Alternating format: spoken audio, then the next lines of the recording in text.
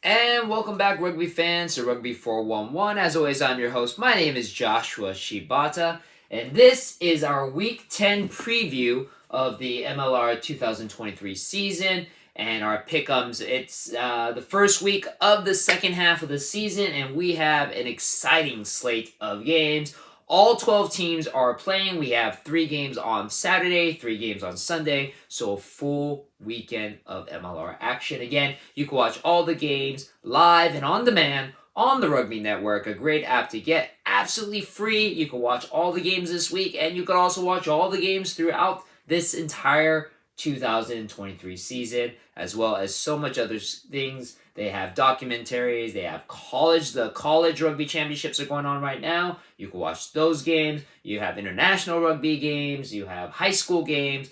Rugby Network is a godsend for any rugby fans. Highly recommend you get it.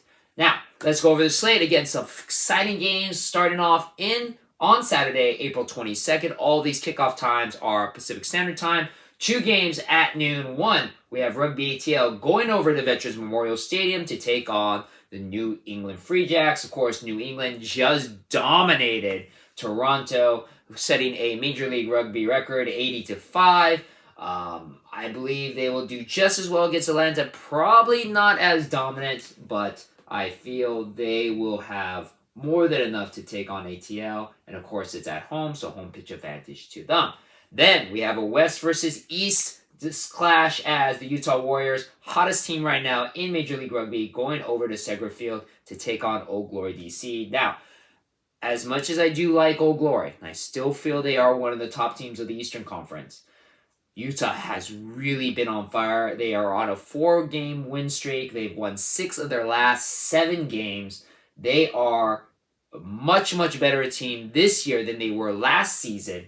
And I feel even though they're traveling, and traveling for any MLR team is not an easy feat, I feel they will still do very well against Old Glory DC. I feel they will have the win as the visitors. Now, another team that I feel will have no problem going to their home stadium of their opponent at 5:05 p.m. We finish the day. Hottest team the top team of the league, San Diego Legion, only 1 loss. They are sitting on top of my rugby power rankings. They are sitting on top of the Western Conference, taking on, unfortunately, one of the teams at the very bottom, the Dallas Jackals, at Choctaw Stadium. Again, I still feel Dallas has one more win in them this season. It's not going to be against the San Diego Legion, who are looking like the premier team out of the West. Now let's finish up the slate with our 3 games on Sunday against some very exciting matches. First, we're going to go to SeatGeek Stadium, Sunday, April 23rd, 11 a.m. as Enola Gold visits the Chicago Hounds. Both teams have been struggling. NOLA at one point was the hottest team, now are on a 2-game losing streak, going over to Chicago. I feel with the home field advantage, I feel that NOLA is struggling a bit and kind of showing exactly the team that I felt that they were. Despite the little hot streak they were going on, I think Chicago will get their second win of their franchise in this game's matchup. Then we move to 11:30 a.m., the game of the week on Fox Sports 1. Houston SaberCats go over to Mount Vernon to take on Rugby New York Ironworkers. Oh, this is going to be an exciting game. You have the defending reigning MLR champions taking on a very, very strong Houston SaberCats team that's looking very, very impressive and dominant. You know, New York has been struggling quite a bit. They are 4-4 so far this season. Houston has a little bit better of a record, 6-2. I feel Houston, again, traveling has never been a friend to anybody in Major League Rugby, but I think Houston has enough momentum, and I think New York, again, has been surprisingly struggling this season. They do have a lot of injuries. I think Houston can pull off the win, even though they are visiting New York in this matchup, proving also, again, Western Conference dominance over the Eastern Conference. And then another Western-Eastern Conference clash, which I don't think there's any question the outcome of this one. Last game of the week, 1 p.m. Pacific Standard Time. Seattle Seawolves going over to York Lions Stadium to take on the Toronto Arrows. Man, if Toronto thought they were going to be struggling against New England, Seattle still one of the most dominant teams in the league.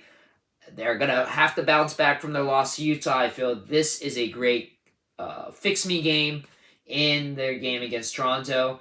Honestly, if Seattle doesn't put up at least 50 points against Toronto, that's actually going to be kind of disappointing for Seattle. Seattle should win, and they should win big, as Toronto is struggling mightily this season.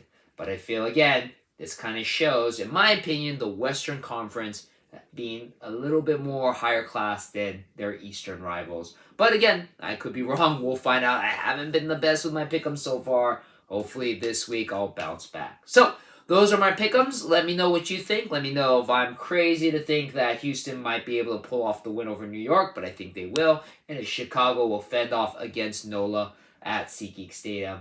Let me know what you think in the comments below. And as always, thank you very much for watching my videos, and I'll see you on the pitch.